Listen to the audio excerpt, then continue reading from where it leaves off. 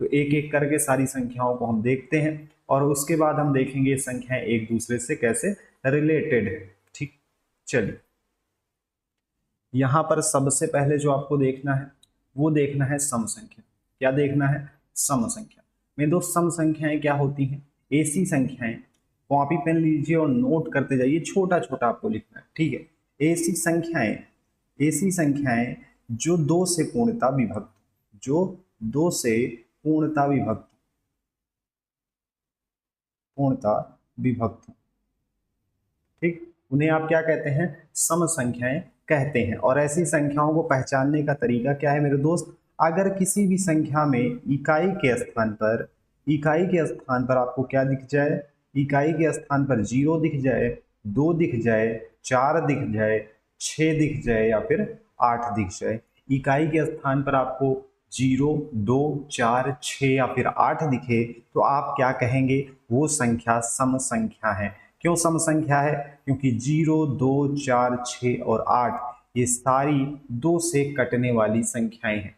ठीक है, 0 इकाई के स्थान पर रहेगा तो 0 के इस तरफ यानी दहाई के स्थान पर आपको कोई ना कोई अंक मिलेगा, जैसे 3 मिल जाएगा, 4 मिल जाएगा। यहाँ पे 0 है, ये सब देखो 2 से कट जाएंगे ना। इसी वजह से जब भी इकाई के स्थान पर 0 हो, 2 हो, 4 हो, 6 हो, 8 हो, आपसे पूछे इनमें से कौन सी सम संख्या है, सिर्फ इकाई का अंक देख के आपको आंसर बता देना है। ठीक है, जैसे एग्जाम्पल हम लेते हैं, एक संख्या ले लीजिए 4, 9, 6, 6। ठीक है, यहाँ पर देखना आपको क्या है? सिर्फ ये इकाई का स्थान 6 आप देख रहे हैं क्या हो रहा है? 2 से कट रहा है, 2 तिहाई 6 होता है। इसका मतलब क्या है मेरे दोस्त? ये संख्या सम संख्या है। ठीक, इसके बाद देखो एक और एग्जाम्पल लेते हैं, जैसे हमने लिया 9, 3, 6, 4। ठीक, तो इसमें आपको देखना क्या है? पूरी संख्या काट के नहीं देखनी है, सिर्फ इकाई वाला स्थान देखना है। इकाई के स्थान पर आपको क्या दिख रहा है? 4 दिख रहा है। तो 4 2 से कटता है या नहीं कटता है? आप कहोगे 4 2 से कटता है, 2 दूनी 4 होता है। इसीलिए आपको ध्यान रखना है कि जहां पर भी इकाई के स्थान पर ये पांचों अंक दिखाई दें, आप तुरंत बता देंगे वो संख्या क्या है? सम संख्या है। ठीक, सम संख्या समझ गए। सम संख्या को इंग्लिश में क्या कहते हैं मेरे दोस्त? तो इसको इवन नंबर कहते हैं। ठीक है, इवन नंबर कहते हैं। समझ गए इतनी चीजें? चलिए नेक्स्ट पे आ जाइए। अब सम संख्याओं के बारे में जब भी पूछे तो आप बता देंगे आसानी के साथ। चलिए, सम के बाद जो दूसरी संख्या हम देखेंगे वो कौन सी है? इसी की अपोजिट यानी विषम संख्या। विषम संख्या क्या होती है? तो विषम संख्या मेरे दोस्त ऐसी संख्याएं जो 2 से विभक्त ना हो, जो 2 से क्या हो? विभक्त ना हो। तो वो संख्याएं कैसे आप पता लगाएंगे कि ये संख्या 2 से विभक्त है या फिर नहीं है? पूरी संख्या नहीं काटनी है आपको सिर्फ इकाई का स्थान देखना है।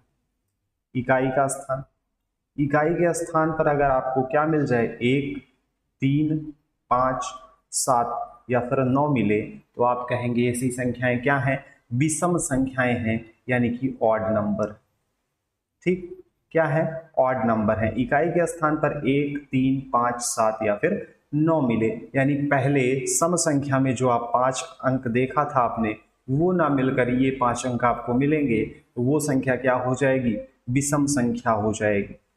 जैसे एग्जाम्पल हम ले लेते हैं, 2 एग्जाम्पल से समझेंगे। यहाँ पर 4, 9, 6 और 3 ले लें, यहाँ पर 4, 4, 4, 4 ले लें और एक एग्जाम्पल और लेते हैं 4, 2, 9, 7। ठीक है, तो यहाँ पर क्या देखना है आपको? सिर्फ इकाई का स्थान, सिर्फ इकाई का स्थान, सिर्फ इकाई का स्थान। और आपसे पूछेगा क्या ये विषम संख्याएं हैं, तो आप क्या बताएंगे? यहाँ पर पहला देखेंगे सिर्फ इकाई का स्थान 3 लिखा है, तो अगर इकाई के स्थान पर 3 होगा ये संख्या क्या है? विषम है। ठीक, विषम है। यहाँ देखो इकाई के स्थान पर क्या दिख रहा है? 4 दिख रहा है। 4 क्या होता है? 2 से विभक्त हो जा रहा है। ये क्या कह रहा है? 2 से विभक्त ना हो, इकाई के स्थान पर 1, 3, 5, 7 या 9 में से कोई अंक होना चाहिए। यहाँ पर क्या है?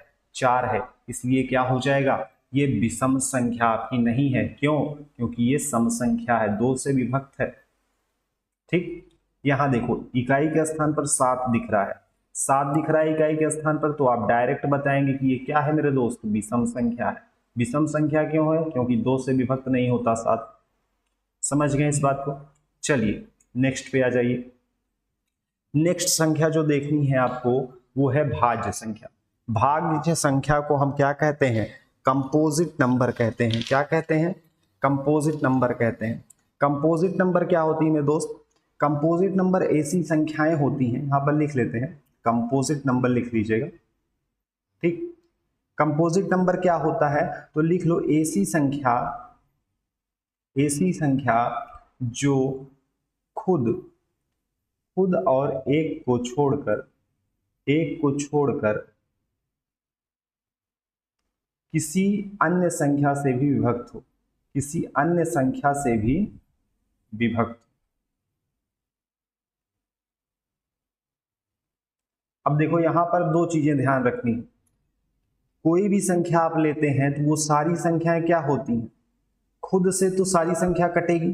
कोई भी संख्या आप लोगे, एक से भी सारी संख्या कटेगी, लेकिन खुद और एक को छोड़कर किसी अन्य, यानी एक और खुद को छोड़कर एक से ज्यादा संख्या से भी कट सकती हैं ये, उन्हें आप क्या कहेंगे? वो भाज्य संख्या कहेंगे। जैसे एग्जाम्पल लेते हैं, हमने 24 ले लिया, 24 ले लिया तो आप देखेंगे 24 से पहले एक छोटा एग्जाम्पल लीजिए। 24 से पहले हम एक छोटा एग्जाम्पल लेते हैं, जैसे हमने 4 ले लिया, ठीक है, सबसे छोटा एग्जाम्पल। इससे समझिए ये संख्या क्या है? एक से तो कटेगी ही, खुद से कटेगी, खुद 4 4 से कट ही जाएगा, ठीक है। लेकिन अगर आप देखोगे तो 4 2 से भी कट रहा है, 4 क्या हो रहा है? 2 से भी कट रहा है। तो ऐसी संख्या जो एक से कटे, खुद से कटे, किसी अन्य संख्या से भी कट जाए, एक से ज्यादा संख्या से भी कट जाए, उन्हें हम क्या कहते हैं? भाज्य संख्याएं कहते हैं, कंपोजिट नंबर कहते हैं। दूसरा एग्जाम्पल देखिए, अगर हम 24 ले लेते हैं, ठीक है, 24 ले लेते हैं तो आप देखेंगे ये एक से तो कटेगा ही, 24 खुद से तो कटेगा ही। अब 24 में भाई 2 से भी कटेगा, 12 दूनी 24 होता है, 3 से भी कट जाएगा, 3 अट्ठे 24 होता है, 4 से भी कट जाएगा, ठीक है, 4 छंग 24 होता है, 6 से भी कटेगा, 8 से भी कटेगा, 12 से भी कटेगा, ठीक है, बहुत सारी संख्याओं से कट रहा है। यानी ऐसी संख्या जो खुद और एक को छोड़कर किसी अन्य संख्या से भी कटे, एक से ज्यादा संख्याएं भी हो सकती हैं, सिर्फ एक की बात नहीं की गई है, एक से ज्यादा संख्याएं भी हो सकती हैं, ठीक है। चलिए एक एग्जाम्पल और समझिए, जैसे हमने तीसरा एग्जाम्पल ले लिया, हम लिखते हैं 16, ठीक। तो 16 आपसे पूछेगा कि कंपोजिट नंबर है या फिर प्राइम नंबर है। प्राइम क्या है? इसी का बिल्कुल अपोजिट, यानी कि कंपोजिट भाज्य संख्या और प्राइम नंबर यानी अभाज्य संख्या। यहां पर देखो 16 क्या है? 16 में दोस्त एक से कटेगा, 16 खुद से कटेगा, 16 आप देखोगे तो 2 से कटेगा, 16 आप देखोगे तो 4 से कटेगा, 16 आप देखोगे तो 8 से कटेगा, ठीक। एक से ज्यादा संख्याओं से कट रहा है, ये क्या हो जाएगा? ये आपका है कंपोजिट नंबर, ठीक। समझ गए होंगे कंपोजिट नंबर को, भाज्य संख्या समझ गए। चलिए अब अभाज्य संख्या देखते हैं।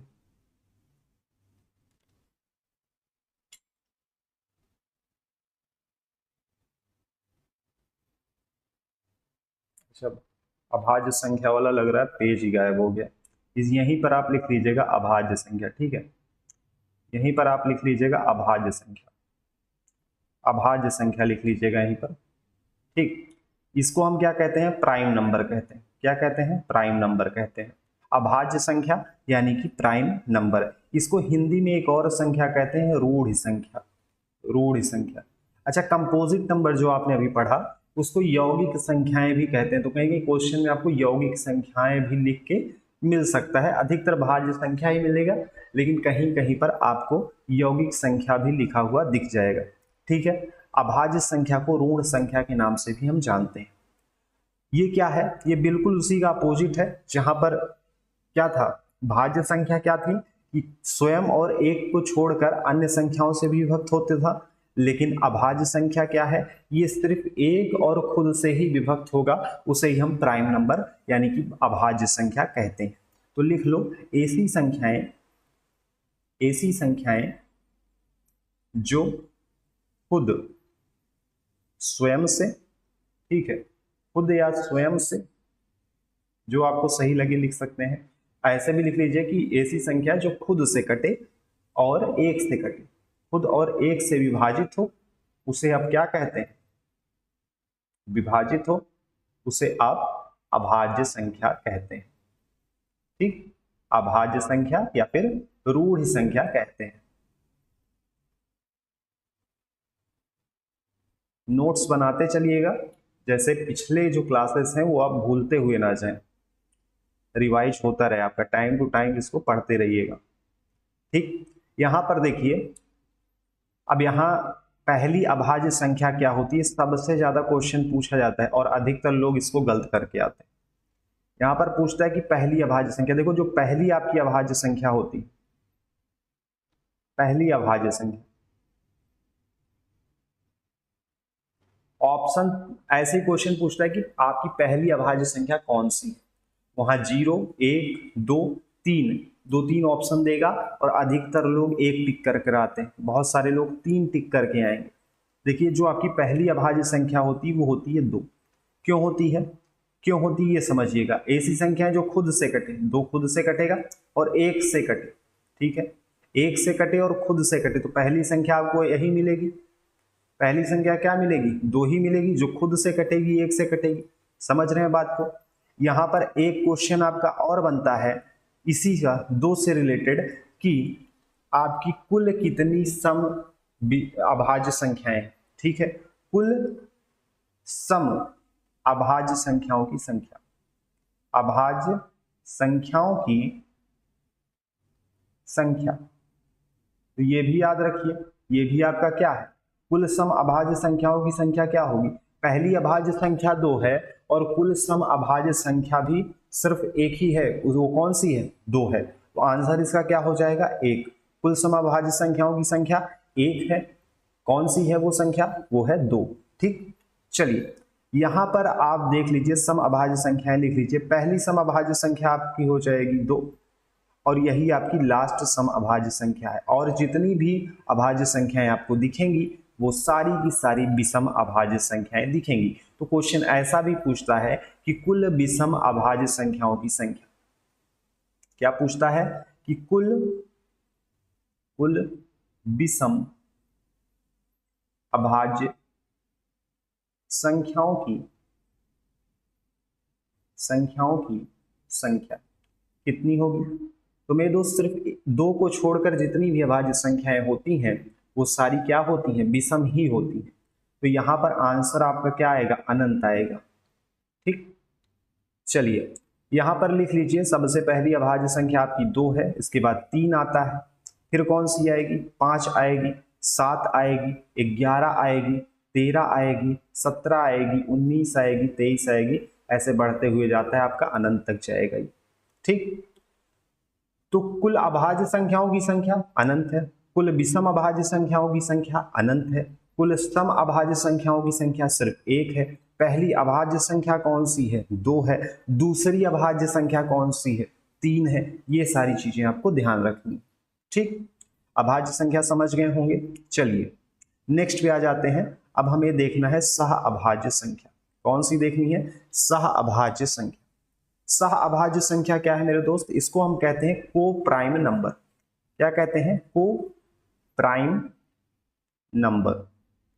को प्राइम नंबर क्या है, तो को प्राइम नंबर ऐसे नंबर्स हैं कम से कम 2 अभाज्य संख्याओं का ऐसा समूह जिनका HCF 1 हो। क्या हो, HCF 1 हो। कम से कम 2 संख्याओं का ऐसा समूह जिनका HCF क्या हो, 1 हो। लिख लो, कम से कम 2 संख्याओं का ऐसा समूह जिनका HCF क्या हो, 1 हो। जिनका HCF क्या हो, 1 हो, उन्हें आप क्या कहते हैं, को प्राइम नंबर कहते हैं। एग्जाम्पल के तौर पर आप लिख लीजिए, ठीक है, इसको नोट कर लीजिएगा। जैसे एक ब्रैकेट में हम 2 और 3 लिख दें, तो यहां आप देखोगे तो इनका HCF क्या आएगा, हमेशा 1 आएगा। यानी सीधी सीधी बात आप कह सकते हैं कि 2 या 2 से अधिक संख्याओं का ऐसा समूह जो कि सिर्फ 1 से विभाजित हो, ऐसा भी बोल सकते हैं। ठीक है, जो सिर्फ 1 से विभाजित हो, जो सिर्फ 1 से विभक्त हो। ठीक है, समझ गए बात को। HCF एक हो चाहे बोलिए, चाहे कहिए कि जो सिर्फ एक से विभक्त हो, ठीक। इनका मल्टीपल देखेंगे तो कॉमन सिर्फ एक ही मिलेगा आपको। दूसरा देख लीजिए, दूसरा एग्जांपल, जैसे हम 5 लिख दें, 9 लिख दें, 11 लिख दें, तो यहां पर आप क्या देख रहे हैं, 5 आपका क्या है, अभाज्य संख्या है। 9 आप देखोगे तो ये आपकी भाज्य संख्या है, 3 से कट जाएगी। 11 आपकी क्या है, अभाज्य संख्या है। यहां पर क्या देखना है, यहां पर आप देखेंगे कि इन तीनों में क्या होना चाहिए, HCF हमेशा एक आना चाहिए, यानी तीनों में कॉमन जो मिलना चाहिए वो सिर्फ एक ही मिलना चाहिए और कुछ नहीं मिलना चाहिए, सिर्फ एक से ही विभक्त हो संख्याएं। तो यहां देखोगे आप तो सिर्फ एक ही मिलेगा, एक ही मिलेगा जो इन तीनों को काट देगा, ठीक। चलिए नेक्स्ट देखो, तीसरा एग्जांपल लिख लो, 16, 25, 56। 16, 25, 56। तो यहां पर आप देखोगे कॉमन अगर आप निकालने की कोशिश करोगे तो कॉमन सिर्फ आपको एक ही मिलेगा, ठीक है। फैक्टर करके आप देख लेना, जैसे समझ लो, चलो करके दिखा देते हैं आपको ना, समझने में आसानी होगी। जैसे 16 लिखा हुआ है, 16 का अगर आप फैक्टर करोगे 2 से कटेगा, 2 अठे 16, फिर 2 से करोगे 2 चौक 8, फिर 2 से करोगे 2 दूनी 4, फिर 2 से करोगे 2 इक्के 2, ठीक है। यहाँ मल्टीपल क्या है, 2 इंटू 2 इंटू 2 इंटू 2 इंटू 1, ये आया है। 16 का गुणनखंड काट लिया आपने। 25 का क्या होगा, ये 5 ही से कटेगा, 5 हम 25, 5 फिर 1 से कटेगा, यानी 25 का आ गया 5 गुड़े 5 गुड़े 1। और इसके बाद 56 देखो, 56 यहाँ कर लेते हैं, ठीक है। 2 से कट जाएगा, 2 दूनी 4, 2 अठे 16, फिर 2 से काट लो 14 आ जाएगा, फिर 2 से काट लो 7 आ जाएगा, फिर 7 से काट लो 1 आ जाएगा, यानी 56 का क्या हो गया, 56 का हो गया 2 गुड़े 2 गुड़े 2 गुड़े 7 गुड़े 1। तो यहाँ पर कॉमन अगर आप देखोगे तीनों में तो सिर्फ एक ही दिख रहा है और कुछ कॉमन नहीं दिखेगा। देखो यहाँ पे 2 है, यहाँ पे 2 है, लेकिन इसमें नहीं मिल रहा है, ठीक। तो कॉमन आपको क्या मिल रहा है, सिर्फ एक ही मिल रहा है हर जगह पे। तो ये क्या है, आपका सह अभाज्य संख्या है, ठीक है, को प्राइम नंबर है। समझ गए बात को। चलिए अब किसी को कोई दिक्कत है क्या इसमें, चलिए आगे बढ़ते हैं। अब हम बात करेंगे प्राकृतिक संख्या की, जो अधिकतर लोग जानते होंगे प्राकृतिक संख्या क्या होती है, क्योंकि गिनती का उपयोग जो आप करते हो वही आपकी प्राकृतिक संख्या है, सारे पॉजिटिव नंबर्स, ठीक है। तो प्राकृतिक संख्या आप लिख लो, नेचुरल नंबर इसे हम बोलते हैं, नेचुरल नंबर यानी कि प्राकृतिक संख्या आपकी। तो गिनने में जो उपयोग की जाने वाली संख्याएं होती हैं, बिल्कुल सिंपल सा लिखो, गिनने में उपयोग की जाने वाली संख्याएं, वो आप कहीं पे भी किसी चीज की गिनती करते हैं तो वो सारी संख्याएं क्या हैं, वो सारी संख्याएं क्या हैं, प्राकृतिक संख्याएं। गिनती में उपयोग की जाने वाली सारी संख्याएं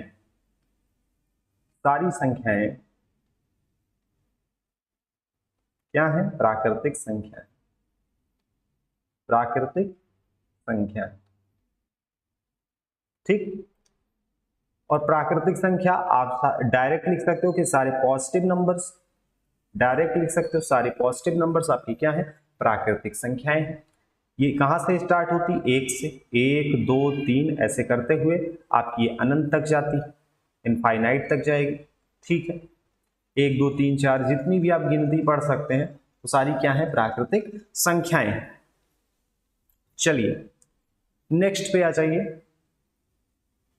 इसमें एग्जाम्पल देने की जरूरत तो नहीं है ना, अरे एग्जाम्पल मेरे भाई कोई भी गिनती आप ले लो ना, 2 3 6 5 जैसे लिख दिया, कोई भी रैंडम सी एक गिनती उठाओ, एक कोई संख्या उठाओ, उसे लिख दिया आपने, वो क्या है, प्राकृतिक संख्या है। पॉजिटिव नंबर होना चाहिए, बस निगेटिव में नहीं होना चाहिए, इसे आप क्या कहते हैं, नेचुरल नंबर यानी प्राकृतिक संख्या कहते हैं, ठीक। चलिए नेक्स्ट पे आ जाइए। प्राकृतिक संख्या के बाद जो आपको देखना है वो है पूर्ण संख्या।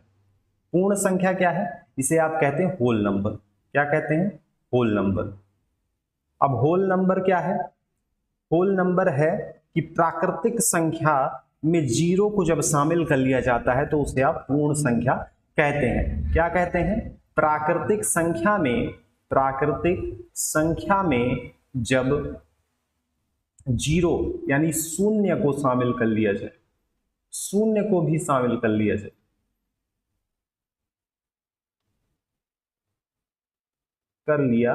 जाए तो उसे आप क्या कहते हैं, पूर्ण संख्या कहते हैं। अभी हम जो है फ्लो चार्ट बनाएंगे, उसमें आप समझेंगे चीजों को, ठीक है, कि कैसे एक दूसरे से संख्याएं रिलेटेड है।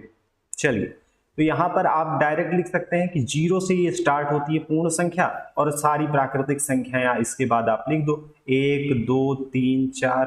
प्राकृतिक संख्या क्या है? सारे पॉजिटिव नंबर, सारी धनात्मक संख्याएं, ये आपकी अनंत तक जाएंगी, तो इन्हें आप क्या कहते हैं? पूर्ण संख्या यानी होल नंबर कहते हैं। ठीक, चलिए, अगर आपसे पूछ ले कि आपकी 56 ये आपकी पूर्ण संख्या है या फिर नहीं है, आप कहेंगे बिल्कुल है, क्योंकि सारी प्राकृतिक संख्याएं क्या है? पूर्ण संख्याओं में आती हैं। समझ गए? अगर आपसे कह दे 256 लिखा हुआ है, ये पूर्ण संख्या है या फिर नहीं है, आप कहेंगे बिल्कुल है। क्यों है? क्योंकि ये प्राकृतिक संख्या में आती है।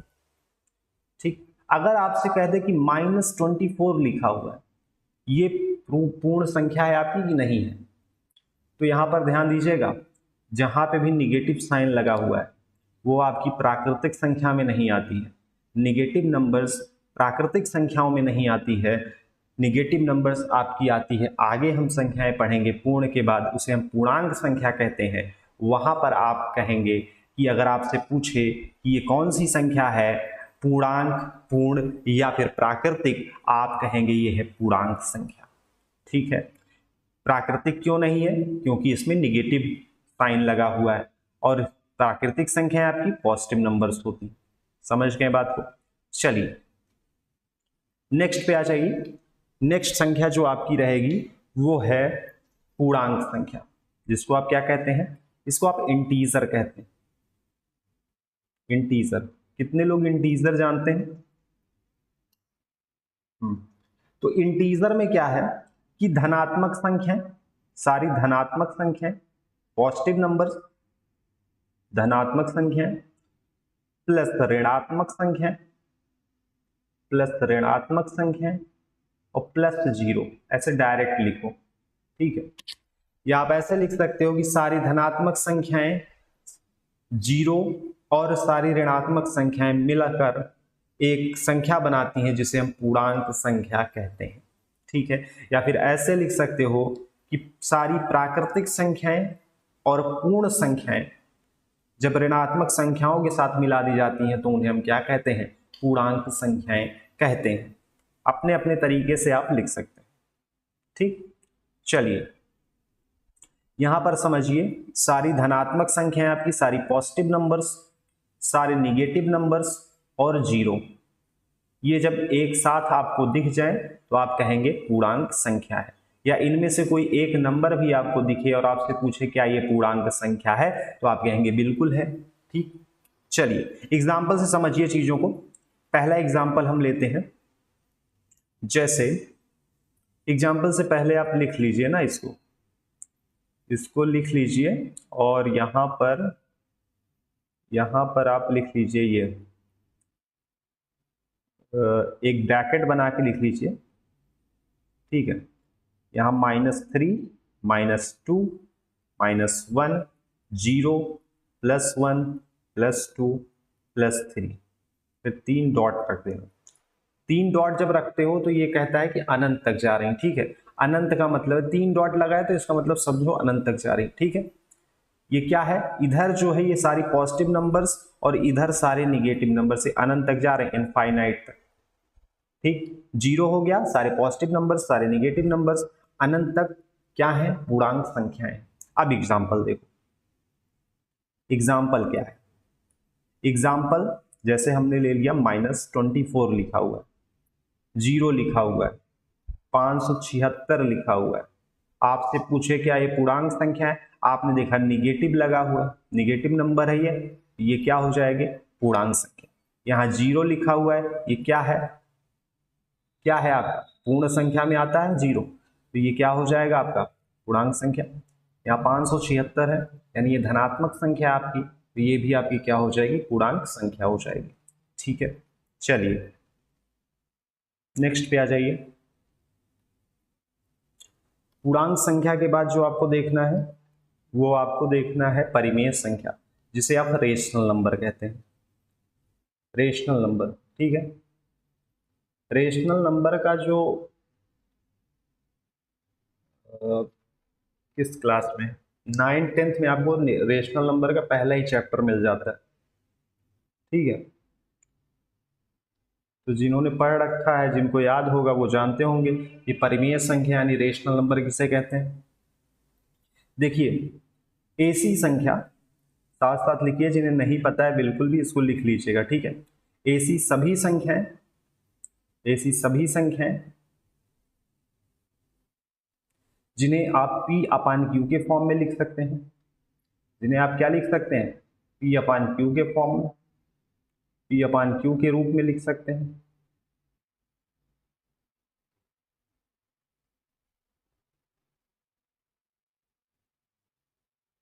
जिन्हें P अपान Q के रूप में लिखा जाता है उन्हें आप क्या कहते हैं, परिमेय संख्याएं कहते हैं। यहाँ पर एक चीज और है, यहाँ पर Q जो है 0 के बराबर नहीं होना चाहिए कभी, ठीक है। क्या हो, Q कभी भी 0 के बराबर नहीं होना चाहिए। अगर Q 0 के बराबर है तो फिर रेशनल नंबर नहीं होगा। Q जब 0 के बराबर होता है तो क्या हो जाता है मेरे दोस्त, भिन्नात्मक संख्या ही नहीं रह जाएगी आपकी, ठीक।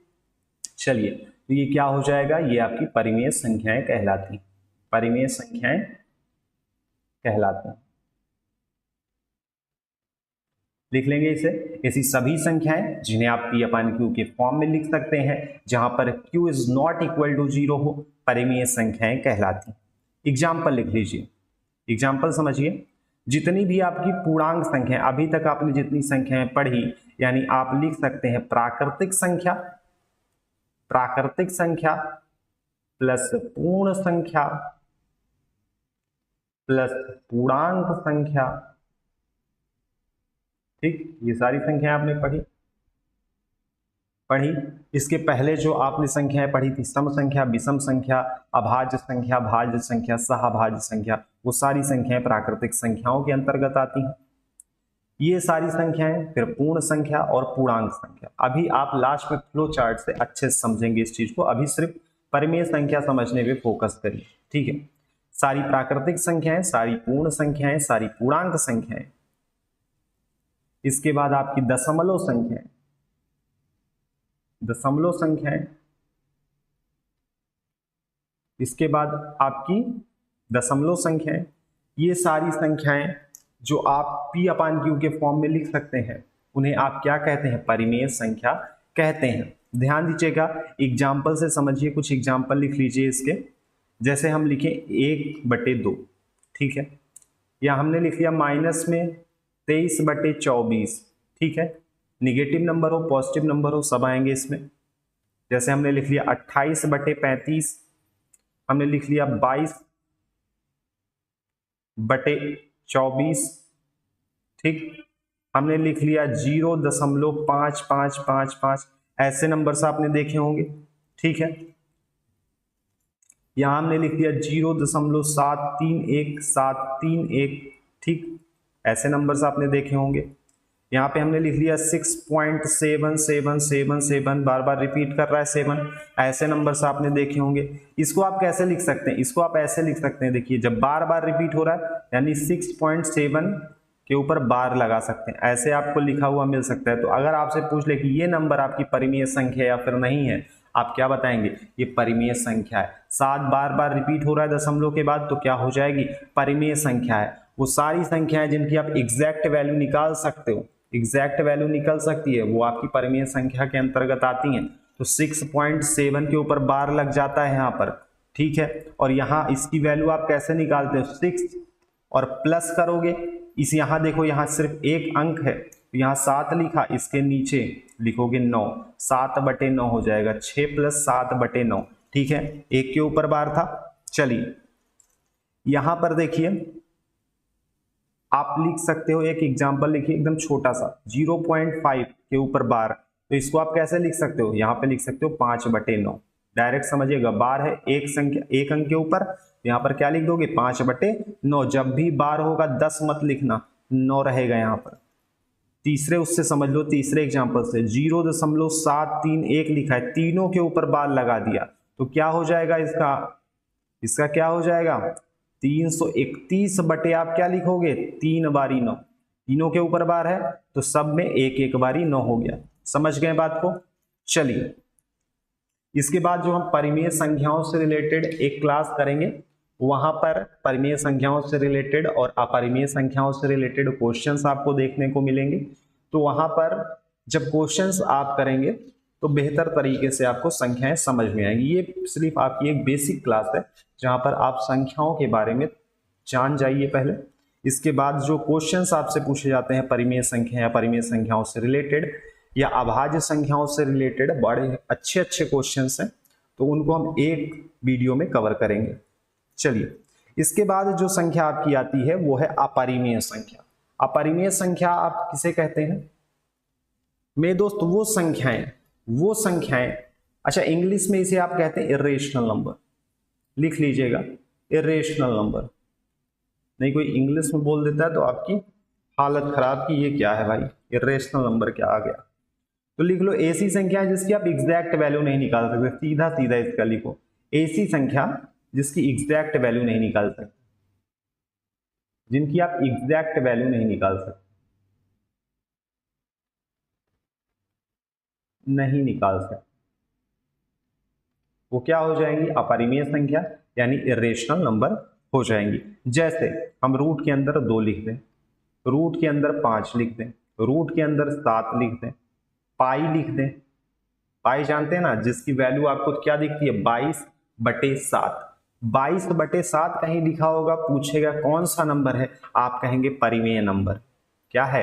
परिमेय संख्या है। अपरिमेय मत बोलना, पाई अपरिमेय संख्या है। पाई की क्योंकि एग्जैक्ट वैल्यू नहीं होती 22/7, ठीक है। लेकिन कहीं 22/7 लिख के पूछेगा कि ये कौन सी संख्या है, पाई नहीं लिखा होगा वहां पे, तो कहेंगे आप परिमेय संख्या। ध्यान दीजिएगा इस चीज को, ठीक। चलिए, क्वेश्चंस अभी आएंगे तो आप बेहतर तरीके से समझेंगे। ये सारे क्वेश्चंस हम वहां पर ले लेंगे, ठीक है। चलिए, इसके बाद अगर रूट के अंदर 3 लिखा है प्लस रूट के अंदर 11 लिखा है, इसका स्क्वायर लिखा हुआ है, तो ये आपकी क्या है? अपरिमेय संख्या है। बहुत सारे लोग गलती करते हैं, बहुत सारे लोग गलती करते हैं यहाँ पर कि इन दोनों को ऐड कर देते हैं ना। स्टार्ट करते हैं जब पढ़ना तो इन दोनों को ऐड कर देते हैं, 3 और 11 जोड़ लेते हैं, रूट के अंदर 14 ना। ऐसे करते हैं बहुत सारे लोग। ऐसी गलती नहीं करनी है, ऐसी गलती नहीं करनी है। यहां पर देखो कौन सा वो लगेगा, a+b² लिखा हुआ है, a+b² लिखा हुआ है, ठीक है। समझिएगा बात को, क्वेश्चन हम देखेंगे तो अच्छे तरीके से इनको हम समझाएंगे, ठीक। ऐसे जब नंबर्स आपको मिल जाए तो वहां बहुत ध्यान देना पड़ता है। रूट के अंदर कोई भी संख्या हो जिसकी आप एग्जैक्ट वैल्यू नहीं निकाल सकते, जैसे देखो रूट के अंदर अगर 36 लिखा हुआ है तो ये क्या है? 6 का स्क्वायर है। रूट के अंदर 25 लिखा हुआ है तो ये क्या है? 5 का स्क्वायर। तो रूट के अंदर कोई परफेक्ट स्क्वायर लिखा हुआ है तो वो क्या है आपकी? वो आपकी परिमेय संख्याएं हो जाएंगी, ठीक। लेकिन अगर रूट के अंदर कोई ऐसी संख्या लिखी है जो किसी भी संख्या का परफेक्ट स्क्वायर नहीं है तो आपकी क्या है? अपरिमेय संख्या है, ठीक। चलिए, नेक्स्ट और आपकी लास्ट संख्या जो आज पढ़नी है वो कौन सी है? वो है वास्तविक संख्या, जिसे आप रियल नंबर कहते हैं। क्या कहते हैं? Real number. Real number, real number क्या है? अभी तक आपने जितनी संख्याएं पढ़ी, अभी तक आपने जितनी संख्याएं पढ़ी, उन सब को जब एक साथ एक जगह इकट्ठा कर देंगे उसे आप कहते हैं वास्तविक संख्या यानी रियल नंबर, ठीक। या आप डायरेक्ट लिख सकते हो कि सारी परिमेय संख्या, परिमेय संख्या और अपरिमेय संख्याओं को, परिमेय संख्या और अपरिमेय संख्याओं को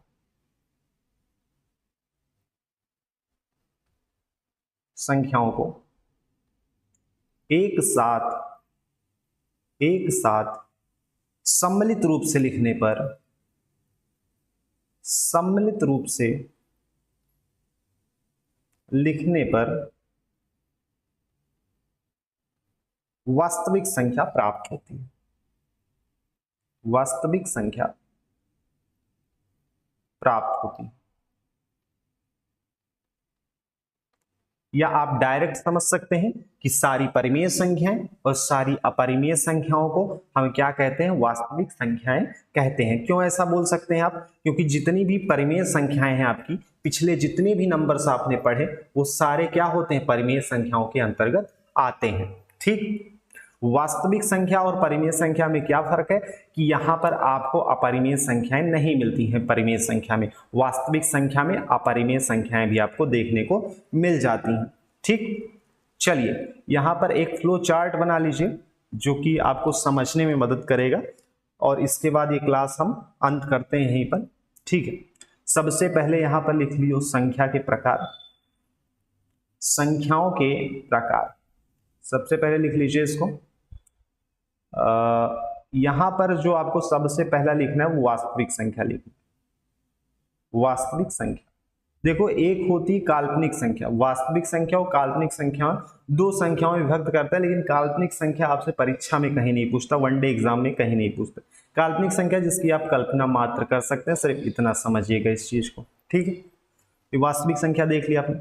वास्तविक संख्या के अंतर्गत दो संख्याएं आपको दिखती हैं, एक दिखती है अपरिमेय संख्या, अपरिमेय संख्या, और एक दिखती है परिमेय संख्या, एक दिखती है परिमेय संख्या। इस परिमेय संख्या के अंतर्गत आपको दिखता है क्या, परिमेय संख्या के अंतर्गत आपको क्या दिखता है, P अपान Q का फॉर्म कहीं लिखा हुआ, P अपान Q का फॉर्म कहीं लिखा हो, यानी भिन्नात्मक संख्याओं को निकाल दें और दशमलव संख्याओं को निकाल दें, दशमलव संख्याओं को निकाल दें, तो हम क्या कहते हैं, हम कहते हैं कि यहां पर आपको मिल जाती है पूर्णांक संख्या। क्या मिल जाती है, पूर्णांक संख्या। इसके बाद पूर्णांक संख्याओं में से अगर हम ऋणात्मक संख्याओं को, निगेटिव नंबर्स को निकाल दें, ऋणात्मक संख्याओं को निकाल दें, तो आपको क्या मिल जाती है, पूर्ण संख्या। क्या मिल जाती है, पूर्ण संख्या। और पूर्ण संख्याओं में से जब आप जीरो को निकाल देते हैं तो आपको क्या मिल जाती है, प्राकृतिक संख्या, प्राकृतिक संख्या। यहां देखिएगा ध्यान से, अभी हमने स्टार्ट कहां से किया था, प्राकृतिक संख्याओं से किया था, फिर हम गए थे पूर्ण संख्या पर, फिर पूर्णांक संख्या पर, फिर परिमेय संख्या, अपरिमेय संख्या, और फिर लास्ट में हमने वास्तविक संख्या देखा। तो उसी को हम फिर से देखते हैं। प्राकृतिक संख्याएं आपकी क्या है, यहां पर लिख लो, सारे पॉजिटिव नंबर्स, सारे पॉजिटिव नंबर्स। ठीक, सारे पॉजिटिव नंबर्स आपके क्या हो जाएंगी, प्राकृतिक संख्या। पूर्ण संख्या क्या है, जीरो और पॉजिटिव नंबर्स, जीरो और सारी पॉजिटिव नंबर्स पूर्ण संख्या हो गई। पूर्णांक संख्या क्या है, पूर्णांक संख्या आपकी है निगेटिव नंबर्स, जीरो और सारे पॉजिटिव नंबर्स। परिमेय संख्याएं क्या है, आपकी निगेटिव नंबर्स, जीरो और पॉजिटिव नंबर तो रहेंगे ही। यहां पर आप लिख लो P अपान Q के फॉर्म में हो जो संख्याएं, और जहां पर Q is not equal to zero हो। एग्जाम्पल भी आप लिख सकते हो, यहां पर नोट कर लीजिएगा कुछ एग्जाम्पल, जैसे आप बेहतर समझें इन चीजों को। ठीक है, जैसे आप 25/2 लिख लो, 22/7 लिख लो। ठीक, माइनस, कलर थोड़ा चेंज करते हैं, माइनस हो गया आपका 23/25। ठीक, 0.5 बार लगा लो ऊपर, 25.24। ठीक है, ऐसे नंबर्स 0, 1, 2 या माइनस में आपका ले लीजिए 24 ले लो, या -1 ले लो। ठीक है, -2 ले लो। तो ये जितनी भी संख्याएं आपको यहां तक दिखती हैं वो सारी संख्याएं, और साथ में आपकी P अपान Q के फॉर्म में संख्या जहां पर Q जीरो के बराबर ना हो, और सारी दशमलव संख्याएं। ठीक है, वो सारी संख्याएं आपको क्या मिलती हैं, परिमेय संख्याओं के अंतर्गत आती हैं। यहाँ पर कुछ संख्या आप ऐसे भी लिख सकते हो, रूट के अंदर जैसे 25 लिख लिया, किसी भी संख्या का पूर्ण वर्ग रूट के अंदर लिखा हुआ है तो वो भी क्या है, परिमेय संख्या है। रूट के अंदर 36 लिख लिया, ये क्या है, परिमेय संख्या है। क्यों है, क्योंकि 6 का पूर्ण वर्ग है, ये 5 का पूर्ण वर्ग हो जाएगा। ठीक, अपरिमेय संख्या क्या है, अभी आपने देखा कि जिसकी आप एग्जैक्ट वैल्यू नहीं निकाल सकते हैं, तो यहां पर लिख लो कि एग्जैक्ट वैल्यू जिसकी ना निकाल पाए, जिसकी एग्जैक्ट वैल्यू ना निकाल पाए, या आप सिर्फ ऐसे लिख लेना एग्जैक्ट वैल्यू और यहां पर कट का साइन बना देना, यानी एग्जैक्ट वैल्यू जहां आप नहीं निकाल पाते हैं किसी संख्या की, उसे आप क्या कहते हैं, अपरिमेय संख्या कहते हैं। कुछ एग्जाम्पल आप लिख सकते हैं, एग्जाम्पल के लिए आप रूट के अंदर 2 लिख सकते हैं, रूट के अंदर 5 लिख सकते हैं, रूट के अंदर 7 लिख सकते हैं, पाई लिख सकते हैं। ये सारी संख्याएं आपको मिल जाती हैं जिनकी आप एग्जैक्ट वैल्यू नहीं निकाल सकते हैं। ठीक, चलिए फिर मेरे दोस्त जो लोग चैनल पर नए हैं सब्सक्राइब कर लीजिएगा, लाइक कर लीजिएगा, बेल आइकन को दबा लीजिएगा और ऐसे वीडियोस आते रहेंगे। ये सारी संख्या पद्धति यानी नंबर सिस्टम से रिलेटेड ये पहली क्लास थी आपकी। इसके बाद हम कुछ क्वेश्चंस देखेंगे संख्याओं से रिलेटेड, क्योंकि अपरिमेय संख्या और परिमेय संख्याओं से रिलेटेड बेहतरीन क्वेश्चंस परीक्षाओं में पूछे जाते हैं जिनमें अधिकतर लोग गलती करके आते हैं। ठीक है, तो क्वेश्चंस आप एक बारी देख लेंगे तो आपका संख्याओं को लेकर जो थोड़ा बहुत डर है कि अपरिमेय और परिमेय संख्याओं से रिलेटेड जो क्वेश्चंस आते हैं आप नहीं सॉल्व कर पाते हैं, कहीं कहीं बार मिस्टेक कर देते हैं, या फिर अभाज्य संख्याओं से रिलेटेड तो एक अलग क्लास रहेगी, क्योंकि अभाज्य संख्या जो है निकालने के लिए क्वेश्चंस बनते हैं। ठीक है, अभाज्य संख्याएं निकालने के लिए क्वेश्चंस बनते हैं। इन संख्याओं से लेकर इन संख्याओं के बीच में कितनी अभाज्य संख्याएं वो आपसे पूछता है, वो चीजें हम देखेंगे। अगला जो आपका क्लास रहेगा वो हम क्या देखेंगे, विभाज्यता का नियम देखेंगे। ठीक है, कोई संख्या आपको दी गई है, वो इस संख्या से कट रही या फिर नहीं कट रही आप देखेंगे। ठीक है, जैसे आप 0 से 1 से 2 से 3 से ऐसे करते हुए हम 25 तक की देखेंगे संख्याओं से विभक्ति का नियम। ठीक है, विभाज्यता का नियम देखेंगे कि 0 से कोई संख्या कट रही या फिर नहीं कट रही, 1 से 2 से 3 से, अधिकतर तो आपको पता ही होगी, लेकिन 25 तक हम देखेंगे कल के क्लास में। चलिए मिलते हैं अगले वीडियो में, तब तक के लिए जय हिंद।